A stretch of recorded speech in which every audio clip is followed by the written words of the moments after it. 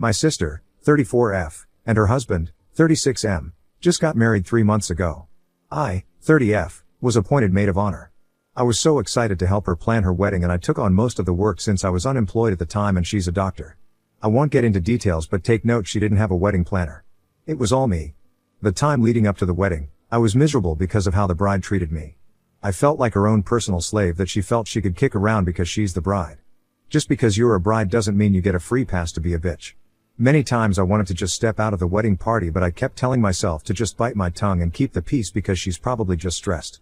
After doing so much for her, she refused to invite my fiancé even if we'd been together for 12 years, but invited my siblings' partners who have been around for only 2 to 3 years. My sister and her guy dated for a year before they got engaged, so we don't really know him too well.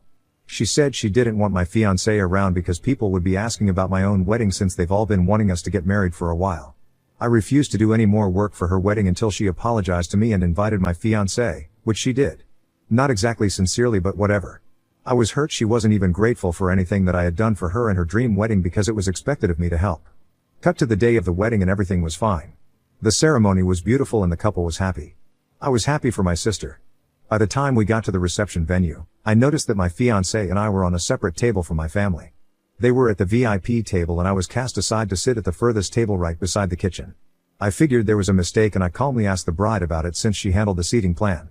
She looked me dead in the eye and said, "There's no mistake, that's where we belong. At the kids' table and far away." We were seated with 7 to 14 years olds. The groom overheard us and agreed with me but kept quiet when my sister gave him this "don't you dare disagree with me" look. At the end of the night, the groom apologized to my parents for what happened to me and said he had no clue his bride did that. But he didn't say a word to me as his bride told him not to. Because of this, I decided to not make an issue and just try to enjoy the remainder of the night with my partner, but I wouldn't make a mo speech. My parents noticed where I was and got upset at the situation as well. My siblings knew very well I wasn't at their table but didn't bother looking for me or wondering why I wasn't seated there.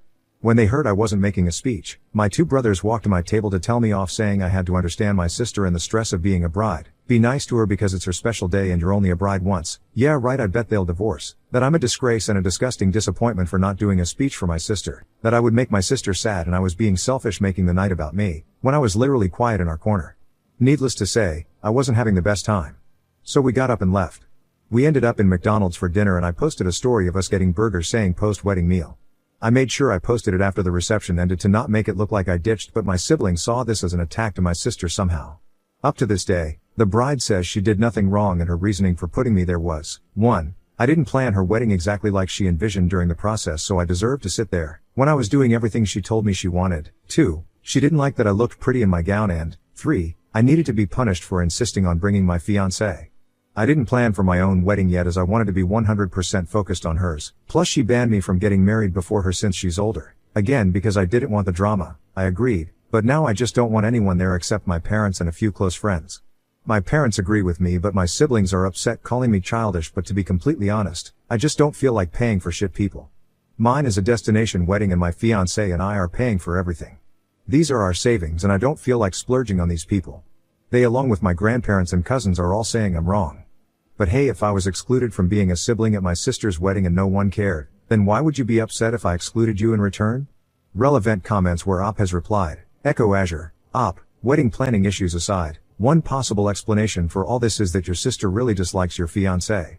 Op, in regards to my fiancé, there's nothing he did to her to warrant being treated so rudely. We started dating when we were quite young and I, as well as my parents, love him very much. He was my best friend for a long time and still is my favorite person to this day. My sister always hated that I had a boyfriend before she did because she believed I would never get married because of my disability. I am epileptic. Her husband was her first boyfriend and she married him right away because she wants babies ASAP, since she's already 34 and her goal was to be married before 30, to the point that she started planning and booking vendors even before he actually proposed to her. So basically, she's pretty insane. Her actions are always based on jealousy and the fact that I shouldn't be able to have things if she hasn't had them first because she's the eldest. I.e. boyfriend, engagement, wedding, kids, etc. That's why she said I couldn't get married before her because it was already a slap in her face that I got engaged younger than her. Basically she hates that I'm happy. She doesn't hate him, she hates me. Update 1. Hi again. So I'll answer a few questions and leave a quick update. I, 30F, come from a family of 5 kids. I failed to mention this because I didn't think it was all that relevant, but I actually have 2 sisters, 34 and 32, and 2 brothers, 26 and 22. A little more on my sisters. They're the best of friends. They're the picture-perfect model of sisterly love. While I'm the middle child with 2 younger brothers. So why did I agree to be Mo? Well, because I thought it would bring us closer. In my mind, I believed that this was her trying to be more of a sister to me. You always hear stories of that sisterly bond around weddings, and I tried to nurture that because that's what they had. And that sibling bond is what my brothers had with each other as well. Any chance I'd get to connect with my sisters, I'd jump at the opportunity. It's more me just feeling left out than being a doormat. I was a very sickly child, and that is why I was mostly with just my parents growing up while my siblings would be going out, meeting friends, etc., which is what my siblings envied apparently. They aren't close to my parents. Bride had both of us as Mo because she couldn't choose just one. I later found out that I was always the second option and I was just appointed Mo, so I do all the work while other Mo got all the praise. Which in hindsight, I should have seen coming. While my brothers were busy harassing me about giving my Mo speech, Sister 2 was giving her own Mo speech about how she absolutely loves the bride and will do anything for her, all that CRP. She then conveniently calls all the siblings to the stage to toast the bride and groom when I was crying and rushing out / walking away from my brothers. So did the other relatives in attendance. I was making a scene and making it about me. No, it's not the first time she hurt me, fat shamed me as a child, calling me a potato, saying things like I was a burden to the family because of my epilepsy, throwing all my makeup in the sink and wetting it because I moved her bath towel in the bathroom, calling me the stupid low IQ sister even if I'm a licensed architect with a master's degree when her guy friends wanted to ask for my number, taking my dream church from me, which is why fiancé said we could do a destination wedding at my dream country instead. It's just the worst she's done to spite me in front of my entire family. And no, we still haven't spoken since then, and she still maintains that I was the one who ruined everything by getting upset about the seating. Now for the update. We will elope. Just us 2 and a handful of close friends that were there for us since the beginning of our relationship. We'll have a small church wedding and a little celebration on the beach with the people we love, our chosen family, followed by island hopping with our entire party around the Philippines. All paid by us. Because I will spend on memories and experiences for people that love and appreciate us. The budget we set aside for a wedding in Italy will be put to an intimate 5-day wedding celebration on an island in the Philippines. 2. We will have our reception with the family when we get back home. The plan is to invite both our big families to a lunch on the weekend after. Collectively, this would mean about 80 guests max. Both our parents wanted to help pay for the engagement party and rehearsal dinner. They agreed to pay for this luncheon / reception instead, meaning they could invite whomever they please.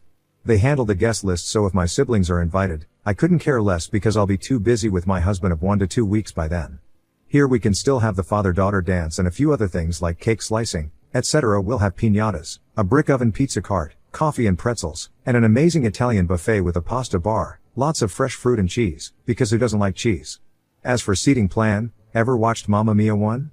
Yep. Think that. A long winding table where my siblings can be as far away from me as possible, and as close to the service area as possible without it being obvious because they'll all be together at their own siblings' table. We'll be in the center with my fiancé, his 2 brothers, and our parents will be next to us, while my wonderful sibs are by the end of the table, by the restrooms, where they belong. I don't care at all if they're invited to this lunch because I really have nothing left for them. Not even anger. I'm just so done with them that I'd feel more for a stranger on the street than I would for these people. It's indifference. They've hurt me so many times that I'm numb to their existence. 3. No bridezilla allowed. My sister expects to be my Mo in return. Definitely not going to happen since my siblings won't be present in the ceremony. I do not need her around. I do not want her around. Yes, she will be invited out of courtesy to the reception most likely, but I will make sure she's set aside like I was. How so? We recently found out she's pregnant, so I'm planning my wedding around her due date. Oh well, luckily, she's due around June, which really was the month we wanted. So if she does decide to attend with a newborn and her hus, well then, she's going to be at the kiddie table and told to step out when baby starts to cry. In the end, our wedding day is for us. And eloping is the only way I feel like we could just sit and enjoy our special day together away from all my siblings and family issues. Then we get back, have a get-together lunch with some good food and good fun. Which is really all it is to me, a lunch. Luckily, fiancé's fam isn't as insane as mine is. So there you have it. Thank you all for your messages and comments and insights. I really was going a bit loco back then thinking I was overreacting, but thank you so much for the clarity. Cheers to the end of this emotionally draining year. 20 relevant comments where Op has replied, outrageous_smile_996, but you will invite them to the party. It's like saying no matter what happened, come to my wedding. Sorry, but I think there is no way to avoid drama with these siblings. Op, thank you for the concern, but they aren't coming to the wedding, just a lunch after the fact, as in minimum 2 weeks after my wedding. They can do whatever drama they want during lunch because they'll be the ones who look bad and just laugh. I would have been married by then and done celebrating with my closest friends weeks prior. So by then I'd just be enjoying some pizza and wine with the husbandry. Op said they're jealous of the attention Op got for being sickly when she was a kid. Sometimes parents can become so preoccupied with a sick child that they wind up neglecting the other kids. If that's the case here, then the sibs would have good reason to be angry, but they're mad at the wrong person. Op didn't ask for any of this. Anyway, these people are adults and they need to get their shit together. They're old enough to realize none of this is Op's fault. Op, my parents were actually very supportive and did all they could to be as fair to all of us, so I really can't put fault on them. They're really amazing parents. I wasn't treated any different, I just didn't have many friends being absent from school constantly, so I'd hang with my mom. She's honestly my best friend. It was okay growing up, but the jealousy really was evident when we were in our 20s for whatever reason. Parents are allowed to be closer to one child if the others treat them like trash. New update, the wedding. I absolutely enjoyed wedding planning with my husband. Yay, if you ever decide to get married, do a small wedding. You'll live longer, I swear.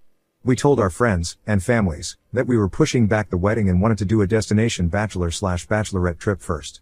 They had no idea we were actually getting married on this trip. We got to Boracay 3 days before everyone for summer's time. When friends arrived, we did all the fun island activities. The night before our wedding, we asked everyone to be up at 7 for breakfast and to dress up in tropical beach outfits for cute pics. We told them to pack this beforehand. Once everyone was there, husband told them we were to be married at 4 p.m. and this was actually an elopement. The excitement from all our friends will forever be a core memory. It's the best feeling to actually have people genuinely happy for you. Us girls did each other's hair and makeup, cried and hugged a lot, while the boys had a good time drinking and playing football. We had our phones and an old digital camera that we'd pass around, and that was it for our event photos. Surprises were our thing since we began dating, and it was just so sweet that we both thought to do the same for our wedding. I love flowers, but I didn't want to bother finding a supplier there. We did have someone help us with all the requirements, but that was it. I'd just get flowers for the luncheon instead. Well, my husband decided to speak to the hotel to surprise me. He knew my favorite flowers and made the prettiest bouquet ever. He also had the church filled, and I ruined my makeup ugly crying when I walked in. For my husband, he is extremely close with his brothers, so I made sure to fly them out to surprise him too. He needed his best men there and I was happy to have them. We said our I-dos, and headed to the hotel for dinner by the beach for a bottle fight. Google that now. It's so good, nothing fancy, but we were happy. The luncheon before the elopement, I sent my seating plan to our family GC because I didn't want them to make a scene on the day. Everyone thought these were the seating plans for our reception. Well, here's where my pettiness shows. My head table consisted of us, our parents, and my husband's brothers. All my siblings were at both ends of the long table. My favorite slap in the face though was a table for one way I in the back tagged breastfeeding area with sister's name on the chair. She was livid. I simply said I was looking out for her. I expected she'd want some privacy. No hard feelings, just thinking ahead. My siblings refused to come because they saw my elopement as an act of disrespect, especially since my brothers-in-law were there. They called our relatives to tell them to not come. Some were upset I could do that to family and they did not agree with our union. I'm happy to report that FR 127 guests, only 58 were coming. So I cut my budget by over half. Sounds like a win to me. The venue was my husband's small family farm, which was so beautiful that I didn't need to spend much on decor at all. Music was just a Spotify playlist we made, photos, prenup, beach and lunch, were all by my friends, cake was baked by me and mom 2 nights before, flowers I bought myself from the morning market and arranged with my girls, my dress was just one I had in my closet. Food, we asked people to bring over potluck meals instead of gifts if they wanted to, we still had our pizza oven, pretzel cart and coffee bar that we paid for instead of a caterer. E-invites were designed by us and sent via email.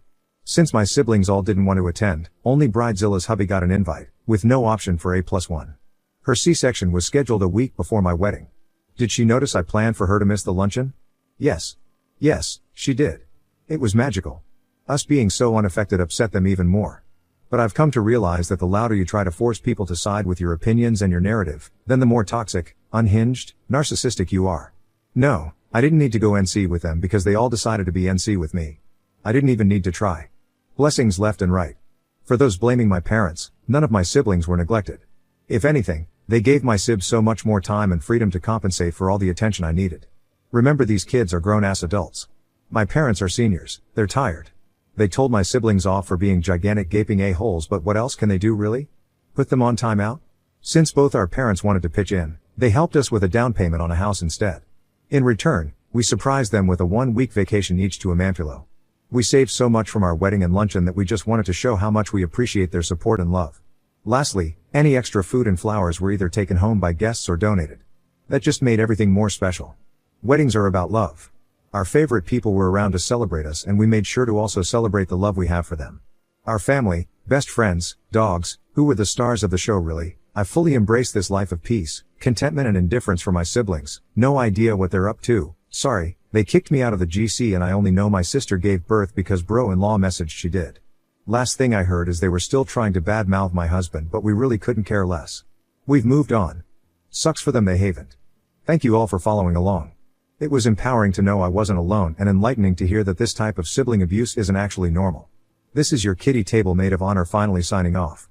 Relevant comments where Op has replied. Commenter, I do have a follow-up question. The original post talked about a destination wedding, in Italy? To which they were not invited. What makes it plausible to them they would be at the reception? Oop, they were invited to Italy. It's a given that family is invited to weddings, unless they're like mine, and they knew of our initial plans. Of course nothing was set in stone because like I said, I didn't plan anything for my wedding because I prioritized hers. After my sister's wedding, I decided to find ways and means to uninvite them / make sure they don't attend while they still believe they were sure invites because family. Which was the entire point of my posts. If it'd be the if I didn't invite them. And as stated, of course it was plausible to them they'd be at reception because they believed they weren't wrong and were still wanted at the wedding. Please read carefully. Smile Oop responds on how her parents treated her siblings when she was sick. Oop, thank you for your opinion on the matter, but I sincerely believe it's not my parents' fault at all. I can't explain to you how my childhood turned out exactly, and I can't explain to you just how good my parents were, so if I can't convince you, then alright, but I'm going to always defend my parents on this. Smile if you say they had trauma. Well, I've had far worse trauma growing up with epilepsy and I never treated them poorly.